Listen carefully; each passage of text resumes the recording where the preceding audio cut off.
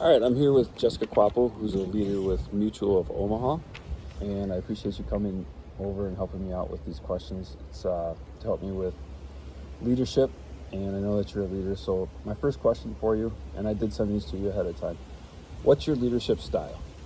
My leadership style is coaching and leadership over management. No one really likes to be micromanaged unless they have to.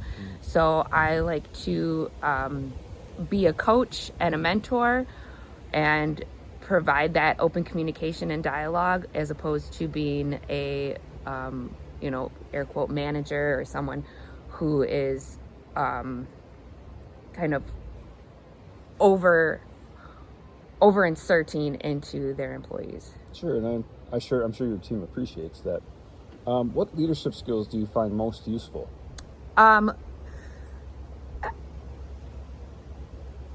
Communication is definitely the most, to me, one of the most important different type leadership skills. You want to have open communication and dialogue with your team.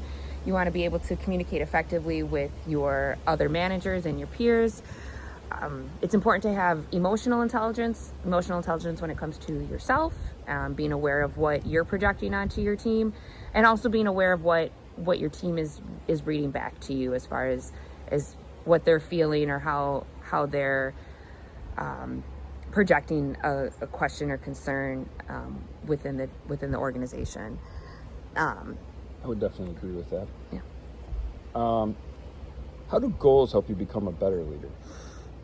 Setting goals, having a growth and development plan is always very a good way to look at where you stand and where you want to be. I have a growth and development plan with Mutual in Omaha. It addresses where I am in the moment and what my goals are within the organization. I take accountability within those goals, so I set myself my own goals and take accountability with those goals. I have a good vision, like staying clear in my direction with my team and with my leadership. That's very good. Ziegler has some very good programs like that as well. That's what this leadership interview is for my goals in the future. Okay. But how do you motivate a team? Again, it goes back to that communication, setting clear goals and expectations, having that open dialogue, keeping them informed, encourage feedback. I like team building exercises, providing that, making it somewhat fun, but having those expectations laid out as well. Gotcha. And then sometimes there's conflicts with teams. How do you handle conflict on a team? The key thing is trying to address it early.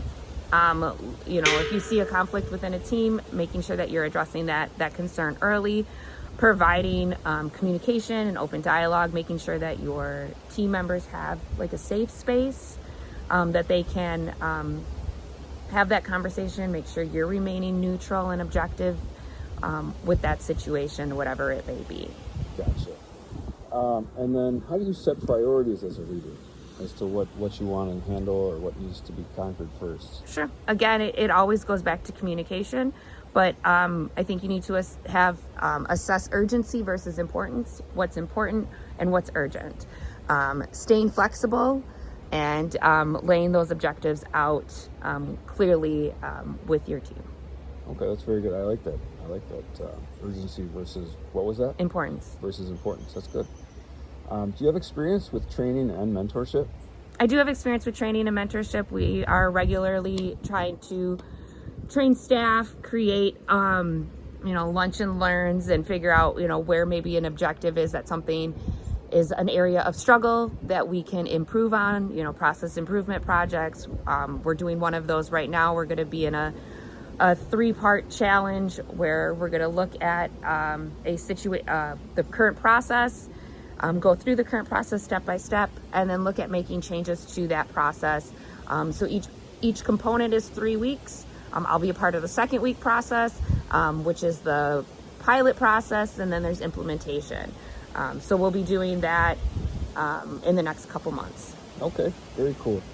And then my last question for you is, how do you motivate an underperforming team member? We have to find out the root cause of the underperforming team member. Is it engagement? Is it personal? Is it lack of clarity? Lack of clarity, lack of understanding of the job, which could be training. Is it personal struggles, or is it just low engagement in the workforce? You want to, again, set those clear expectations, have good communication, offer support and resources, create a plan. And if you need to reassess the situation after that, then reassessing. All right. Well, Jessica, I really appreciate your insight, and thank you for taking the time to sit down with me and answer a few questions. Absolutely. All right.